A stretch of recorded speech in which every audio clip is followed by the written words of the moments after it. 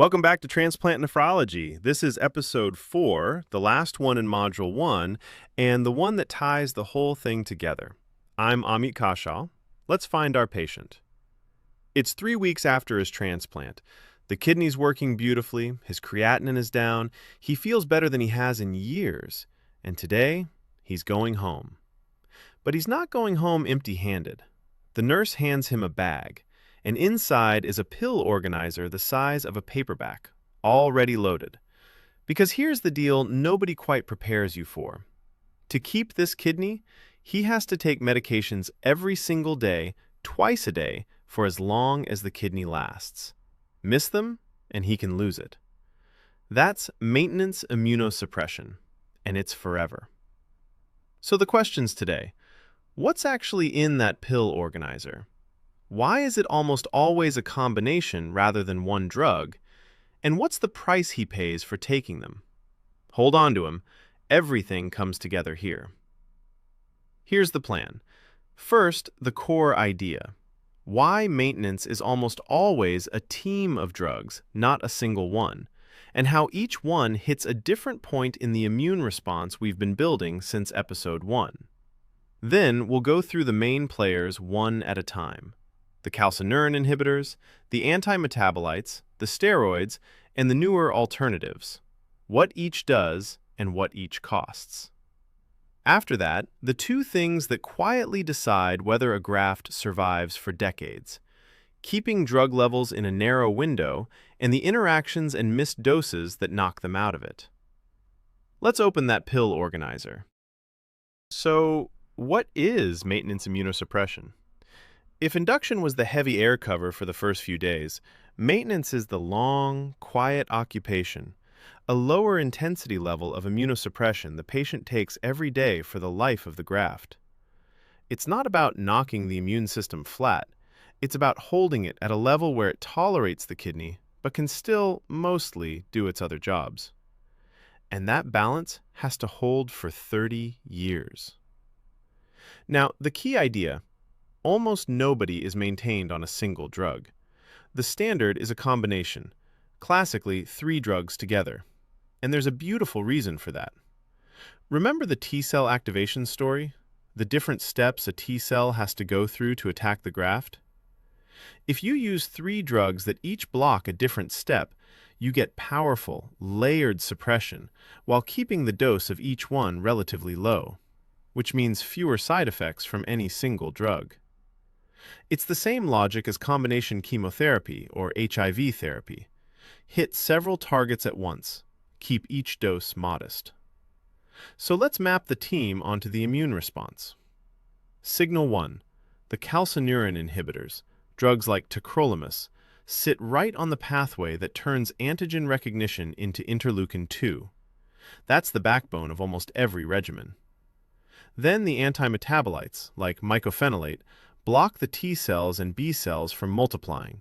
They choke off proliferation. Steroids sit on top, broad and blunt, damping the whole inflammatory response. 3 drugs, 3 different points on the same pathway. That's the classic triple therapy. And once you see it as a map, the whole regimen makes sense. Let's test the concept before we go deep. A transplant program wants strong protection against rejection, but is worried about the side effects of pushing any one drug too hard. Why does combining 3 lower-dose drugs, each hitting a different step of T-cell activation, solve that problem better than one drug at a high dose? Think it through. Reveal in 7 seconds.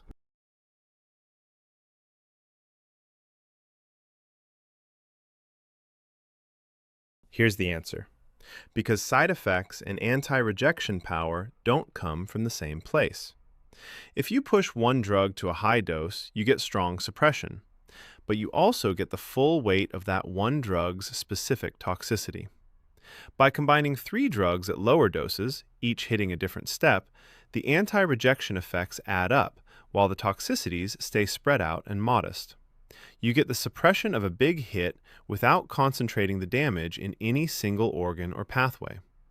That's the whole reason transplant runs on combinations, and it means when a side effect does show up, you can often trace it to one specific drug, which is exactly what we're about to do. Let's start with the backbone, the calcineurin inhibitors. The main one is tacrolimus. The older cousin is cyclosporin. Here's how they work. When a T cell recognizes the graft, it sends a signal inward that switches on an enzyme called calcineurin.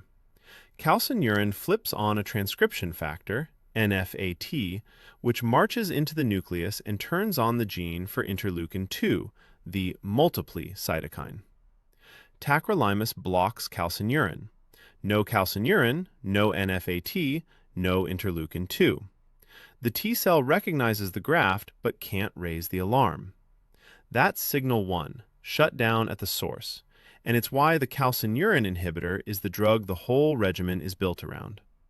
But here's the paradox you have to know. The calcineurin inhibitor is the best friend the graft has, and it's also toxic to the kidney. Tacrolimus constricts the blood vessels feeding the kidney, and over years it can cause its own chronic scarring. So the drug that stops rejection can, at high levels, injure the very organ it's protecting. On top of that, tacrolimus has a whole signature of its own. It causes tremor and headaches, it can bring on diabetes after transplant, and it drives up potassium while wasting magnesium. Cyclosporin has a slightly different set. It makes the gums grow and the body hairier. Same class, recognizable fingerprints. Keep those in mind. They come back in a moment. Pillar 2. The antimetabolites. Antimetabolite. The one you'll see everywhere is mycophenolate, often written MMF. Its trick is simple and elegant. To multiply, a lymphocyte has to build new DNA, and to build DNA, it needs a fresh supply of purines. Most cells have a backup way to make purines, but lymphocytes, uniquely, depend almost entirely on building them from scratch. Mycophenolate blocks that from-scratch pathway, so the lymphocytes, and really only the lymphocytes, can't proliferate. It's a beautifully targeted way to stop the immune army from growing. The cost is mostly in the gut. Cramping and diarrhea are common, and it can drop the white count, and it's firmly off-limits in pregnancy. Pillar 3 is steroids, prednisone, and we've met them already. Broad, blunt, effective, and loaded with long-term baggage. Weight gain, diabetes, thinning bones. Because of that, many low-risk programs now taper steroids off entirely and maintain on just 2 drugs. And there are newer alternatives worth knowing. The mTOR inhibitors, like sirolimus, block the proliferation signal a different way and can spare the kidney from calcineurin toxicity, though they bring poor wound healing and mouth ulcers. And belatacept, a drug given by infusion, blocks the co-stimulation handshake, signal 2. It avoids the kidney toxicity entirely, but it can't be used in patients who've never seen the EBV virus because it raises the risk of post-transplant lymphoma. Now the piece that quietly runs the whole show. Drug levels. Drug levels. The calcineurin inhibitors have what we call a narrow therapeutic window. Too low and the graft rejects. Too high and you get toxicity, the kidney injury, the tremor, the diabetes. And the gap between those two is small. So we don't just prescribe tacrolimus and walk away. We measure the blood level, the trough, drawn right before the next dose, and we adjust and readjust for the life of the graft. That number, the tacrolimus trough, is one of the most important labs in all of transplant follow-up. Test it. A transplant patient comes in with a new hand tremor, a fasting glucose that's climbed into the diabetic range, a potassium that's high, and a magnesium that's low. Which specific maintenance drug is the prime suspect, and would you expect its blood level to be high or low? Think it through. Reveal in 7 seconds.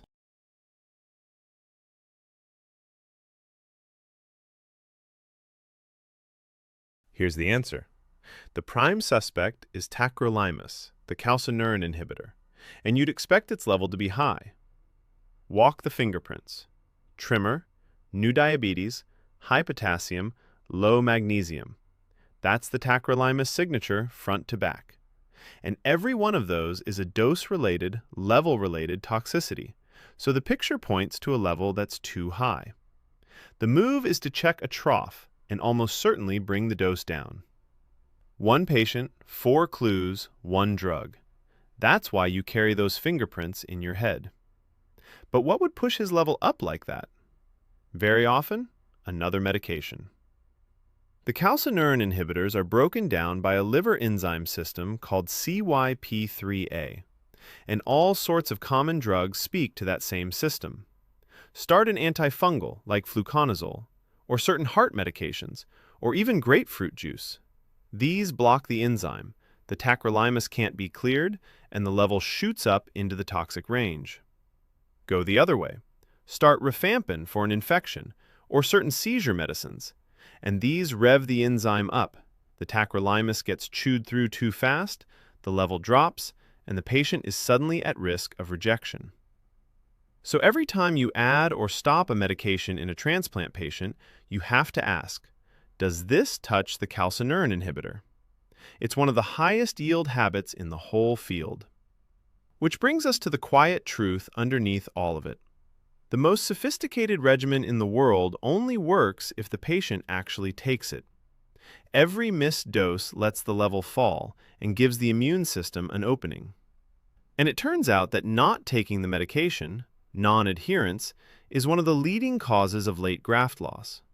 Not exotic rejection, not rare infections, missed pills.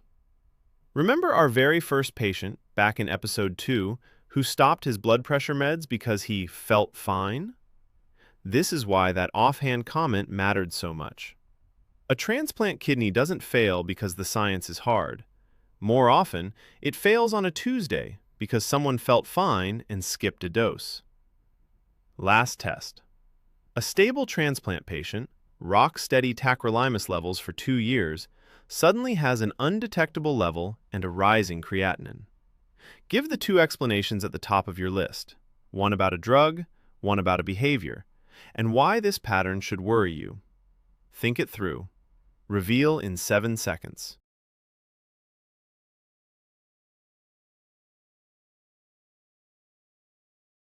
Here's the answer. An undetectable level with a rising creatinine in someone who was rock steady. 2 things jump to the top. One is a drug interaction. Someone started a medication that induces CYP3A, like rifampin, and it's shredding his tacrolimus faster than he can absorb it. The other, and honestly the more common, is that he's stopped taking it. Non-adherence, whether from cost, side effects, or just life getting in the way. And why it should worry you? An undetectable level means his graft is unprotected right now, and the rising creatinine may already be rejection setting in. This is an urgent problem. You find out why the level is 0, and you protect the kidney today. 3 principles to carry out of this. First, maintenance is a team. Combine drugs that hit different steps. Keep each dose modest. Spread the toxicity. The calcineurin inhibitor is the backbone. Second, every drug signs its work. Tremor, diabetes, high potassium point to the calcineurin inhibitor. Gut trouble and a low white count to mycophenolate. Learn the fingerprints and you can read the regimen off the patient. And third, levels and adherence decide the long game. The window is narrow, interactions move it, and missed doses are a leading cause of losing the graft years down the line. And that closes Module 1. Look at what we've built. We started with the immune system meeting a foreign kidney. We got a patient evaluated and matched. We protected the graft through its first dangerous days with induction. And today we kept it safe for the long haul. From here, Module 2 goes to the bedside. What happens when things go wrong? the rejection episodes, the infections, the complications, and how you work them up. You now have the whole foundation those problems sit on. If this series has helped you, subscribe and share it with someone else learning transplant. It genuinely helps. And tell me in the comments what you want Module 2 to cover first. I'm Amit Kaushal. Thank you for going through this whole module with me. I'll see you in Module 2.